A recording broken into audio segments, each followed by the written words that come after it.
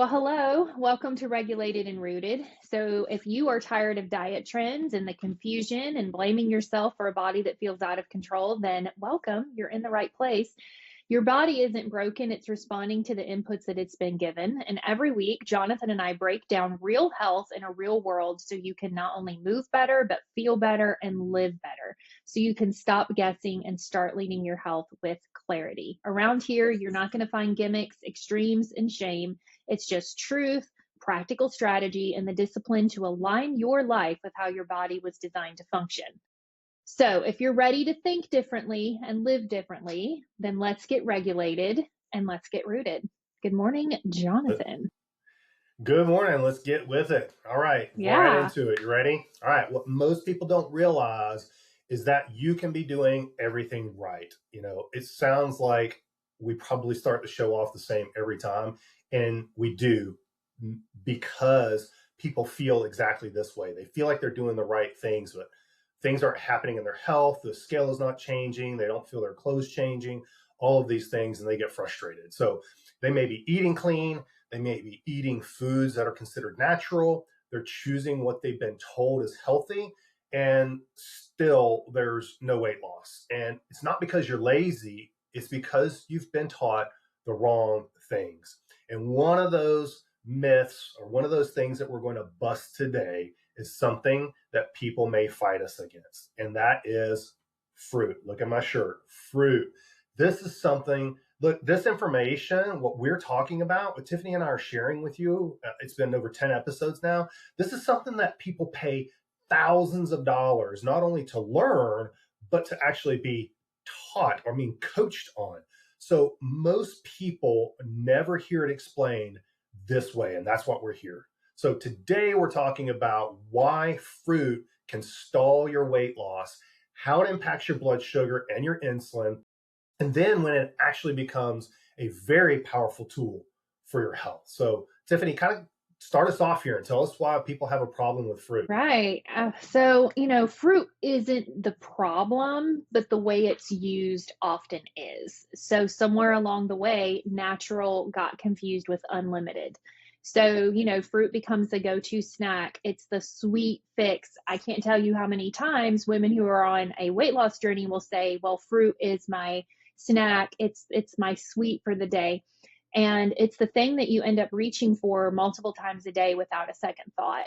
And what most people aren't realizing is that fruit is still a source of sugar. It's important to understand that it's not bad, and it's not off limits, but it does impact blood sugar, right? Which is the crux of what we're talking about. So if blood sugar is constantly spiking, insulin stays elevated. When insulin stays elevated, fat loss is harder. And this is where, like we say all the time, this is where people feel stuck when they're doing all the quote right things, but missing the piece that actually is going to move the needle. So what we're talking about today, like we're not talking about removing fruit, but this is about being intentional with it. Doing things like pairing it with protein, being mindful of how often it's showing up, using it in a way that supports our body and not works against it. Because weight loss isn't just about eating clean, it's about creating the balance that your body can respond to, right? Yeah, like Tiffany said, fruit is not bad. It contains vitamins, minerals, antioxidants, fiber, but most people don't struggle with nutrient deficiency, especially nowadays with our access to food. They struggle with blood sugar dysregulation, and fruit is still impacting your blood sugar. Yeah, absolutely. A really good example right out the gate is one of my clients who has diabetes. And it is such a struggle for her because she loves fruit. It's natural, it's clean, it's full of, all these healthy things. But the bottom line is that because she struggles with diabetes, it spikes her blood sugar. That glucose monitor goes off. And if she's not really intentional, like we're talking about, with spacing it out or pairing it with protein or just having it once or twice a day with these spacings in between, then her glucose monitor is constantly firing and her blood sugar is spiking.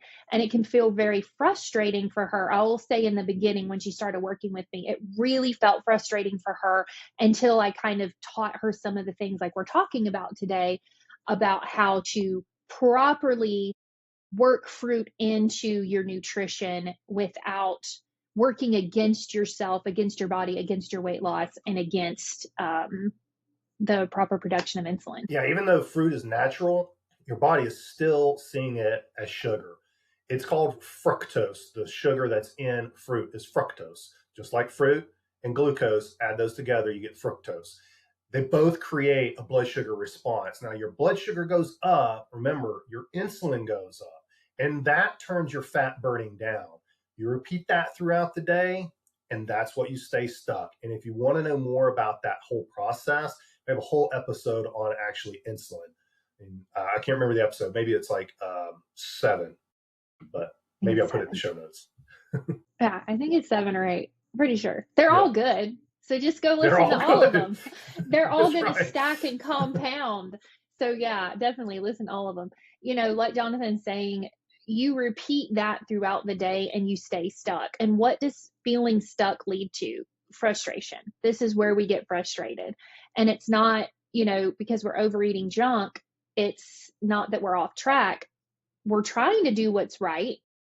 But if our day is looking like fruit with breakfast, a smoothie mid-morning, fruit again in the afternoon, something sweet at night, then you can potentially set yourself up for a hard time, because that constant cycle keeps your body in storage mode. What is storage mode? That's holding on to fat.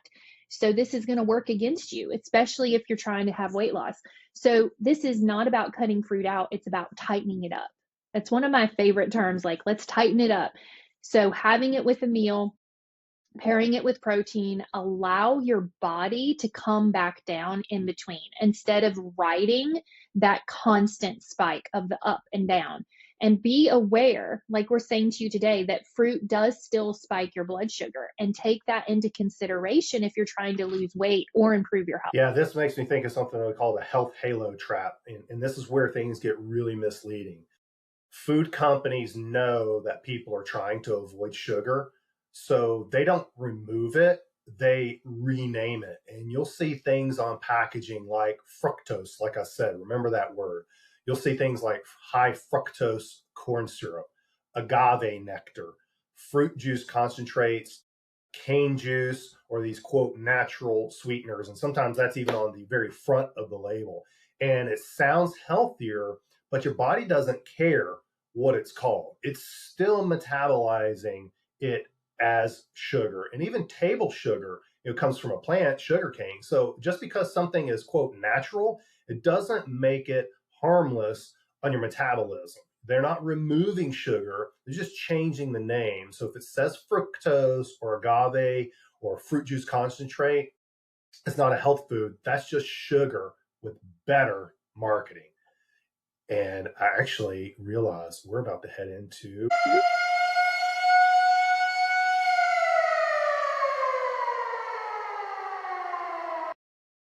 Nerd alert. I love it. That's our new nerd alert sound. So there's nerd alert. I love it. Yes. All right. Talking about some labeling here. I want to get a little deeper on this. Okay. If you flip the label over and you see fructose or agave or fruit juice concentrate, I already said it. This is added sugar. If it's extracted and concentrated or added, your body is going to treat it just like sugar. So you should treat it just like sugar. So if your goal is fat loss, this matters a lot because it will stall weight loss. When insulin is elevated, your body is in storage mode. It's not in fat burning mode. So even if it looks clean, your hormones are saying something completely different. And I know women get frustrated with this too. Yeah, absolutely. Very frustrated. And I mean that, you know, that the perfect example is when someone comes to you and they say, well, I'm in a calorie deficit, or I'm counting macros and I'm strength training and I'm walking all the time and I just cannot seem to lose weight. Or specifically, they'll talk about belly fat. And, you know, it's immediately like, okay, well, I need to analyze your nutrition. And that's one thing I have my clients do is I have them do a food diary for the first week. As soon as they sign up with me, it's like, and I tell them, I don't want you to do anything differently, all judgment out. I need to see it very realistically so I can analyze that and go, okay, this is the problem. And 9 times out of 10, they're either eating too much, but more often it's that there's too much sugar, even in like the fruits, like we're talking about, and it's spiking and it's spiking and it's spiking, and their body's in storage mode. And this adds up quietly. These aren't foods, like fruits are not foods that we think to question because they feel light, they're clean, they're healthy, and they are better than junk, right? But when they're layered all day long, they keep your body from, like I said earlier, ever settling back down. So instead of tapping into fat for fuel, you stay in this in between space. Like you're not gaining, but you're not losing. And that's the stall, or where women say, I'm in a plateau. That's it right there. And it's not a lack of effort. It's it's not that your body is broken. Your metabolism isn't destroyed. And for goodness sake, you do not need a peptide drink. It is, I have to bring that in there. It is a lack of awareness about how often your body is being signaled throughout the day to store that fat. And once you see it or hear it in this episode, you can shift it. And that matters. Yeah, most definitely. I hear that. We had the conversation last night about one of my clients saying, how she felt like she was in that stall right now and couldn't understand why. And we got into talking a little bit about food, but I want to talk a little more about modern fruit and the difference between what we have now and what we had just 50 years ago. Modern fruit is bigger, it's sweeter, it's available year round, and often it's been exposed to herbicides and pesticides. And as I'm saying this right now, I think about, as I was a young man, my grandfather had a lot of apple trees on the farm, and we would go and pick those apples, and they were small. They were maybe smaller than a tennis ball. But now you go into the grocery store, and some of these apples that are on the shelf are as big as a softball. So they've been modified over time. They've been pumped up with chemicals to make them larger. And there is no winter anymore when it comes to food availability, specifically fruits. So we can eat pineapple in January. You mentioned berries. We can have berries every day, apples all year long. And that was never the case historically. I remember specifically in the summertime going and picking apples and then standing there with my cousins using a hand cranked apple cider press, and we would hand crank and make our own apple cider. It was the most delicious cider like ever. But you're not going to get that nowadays. Unfortunately, most of those trees are gone now too, so we don't even have access to those. But your body wasn't meant for these types of fruits, and the size of them is going to impact you even more now that you have more of that fructose in that fruit. That's a really valid point. I think about if I've gone apple picking, or if I'm in the grocery store and I buy like the non-GMO organic apples, no pesticides, all that stuff, they're so much smaller. Like my girls call them like baby apples. And I'm like, no, it's what an apple's supposed to be, instead of these huge things. And same thing, you just triggered my memory. I remember doing the apple cider and going and doing the apple picking. And then, when I was younger, strawberry picking. And you're right, like commercializing things and having it constantly available in the grocery store throws this off, right? Like the actual pace that our body's supposed to have with this. And our bodies haven't adapted to that pace. So there used to be those natural breaks, like you're talking about, seasons where our sugar intake was lower and our body had that space to reset. And now there's no pause. And so sweet foods, whether that's fruit or something else, they're always available. They're always easy and always positioned as healthy. So they're going to show up every single day. And that constant exposure matters. Why?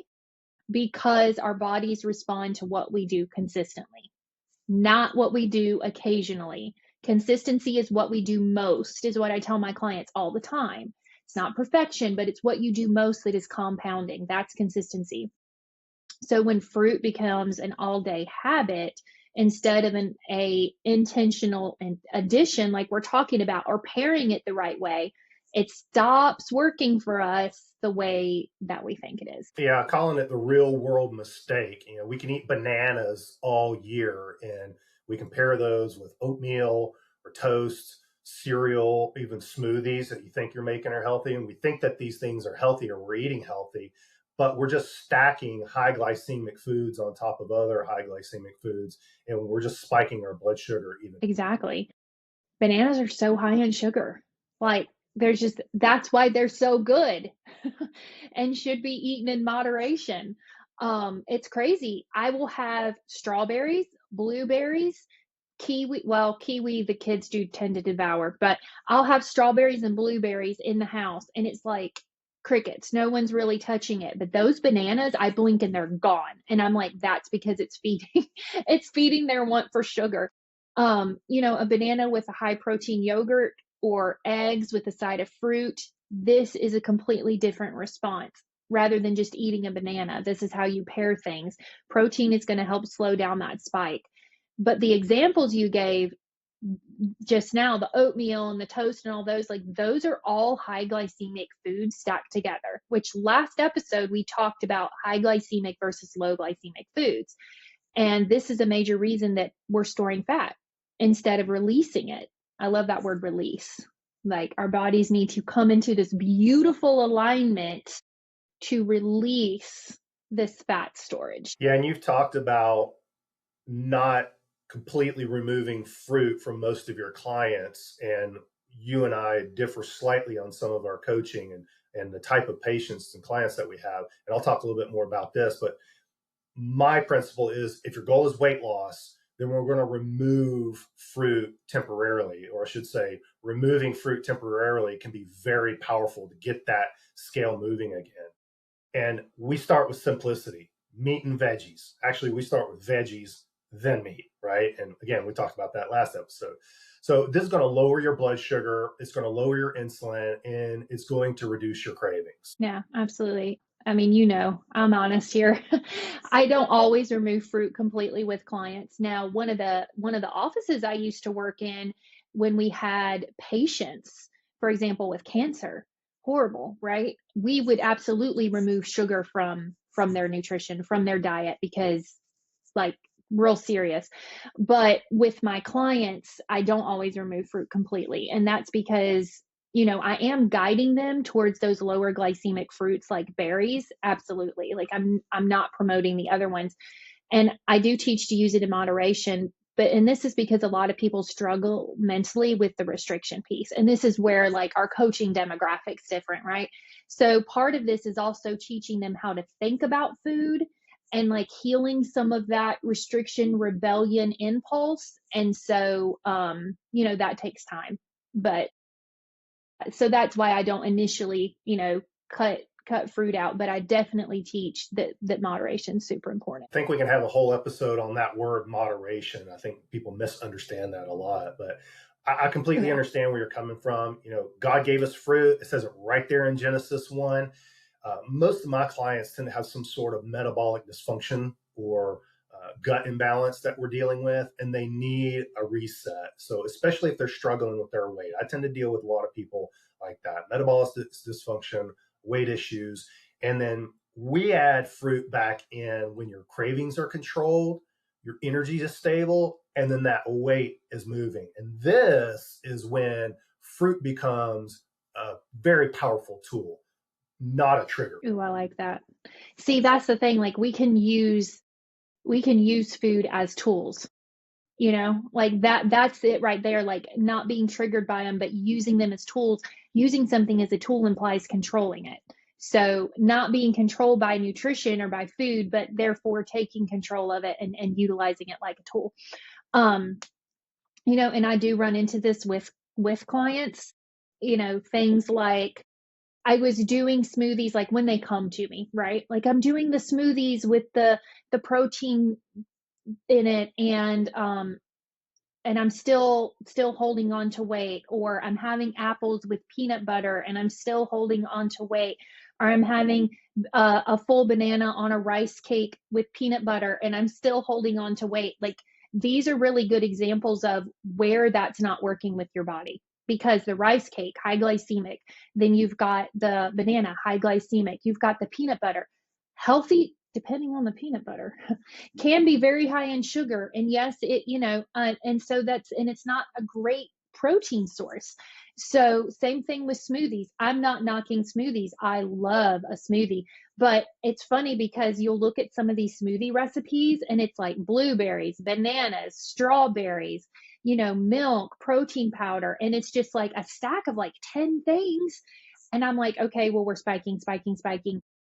And yes, there's protein in it, so it is helping it a little bit, but it's not helping it enough. And so again, you think you're doing the right thing. You have this healthy protein smoothie. Well, keeping it simple is going to be better. If you're going to do a smoothie, have it be higher protein. Don't do banana and strawberries and blueberries. Maybe do blueberries, lower on the glycemic index. Maybe put some nut butter in there or some coconut oil, some healthy fats, low sugar nut butter, might I add. So, you can, in essence, think you're doing all the right things, but you really need to think about what you're actually eating and how much of these fruits, since we're specifically talking about fruits, how much these fruits are going into it. Is that spiking your blood sugar? Is it causing you to store fat? Those small tweaks can be a huge shift. You can suddenly, if you've ever taught, I'm sure you deal with this with your clients, where someone says, I'm at a plateau, I'm stuck. You tweak their nutrition, you explain this thing, you educate them, and then they're like, oh my gosh, suddenly I dropped 5 pounds in a week or 2 weeks. And it's like, that's the release we're talking about, because now you're signaling your body to release the fat instead of store it. Yeah, we talk about reading labels in every episode, I've noticed, and most people don't need more willpower. They need better awareness, and that's why we're doing this.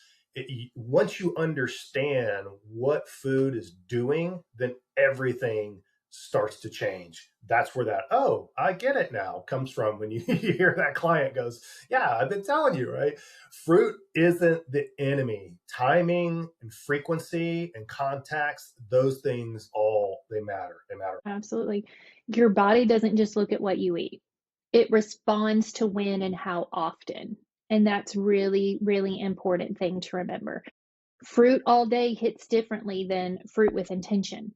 And those details, like I just said, they matter more than we think. And this is how you start working with your body, that alignment I'm talking about, instead of against it, not being fearful of fruit, not listening to this episode and throwing all the fruit out in your house and saying, I'm never going to touch fruit again.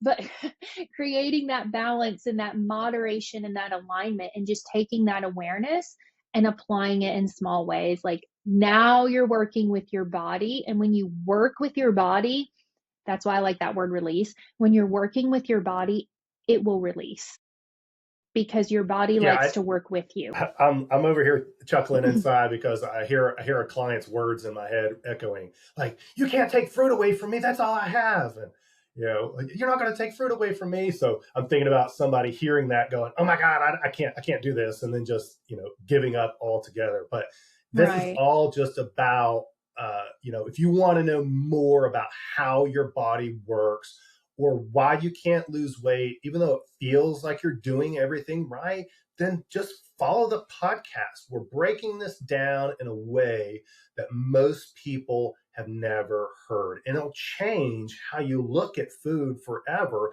Therefore, you can make those choices, intelligent, informed choices.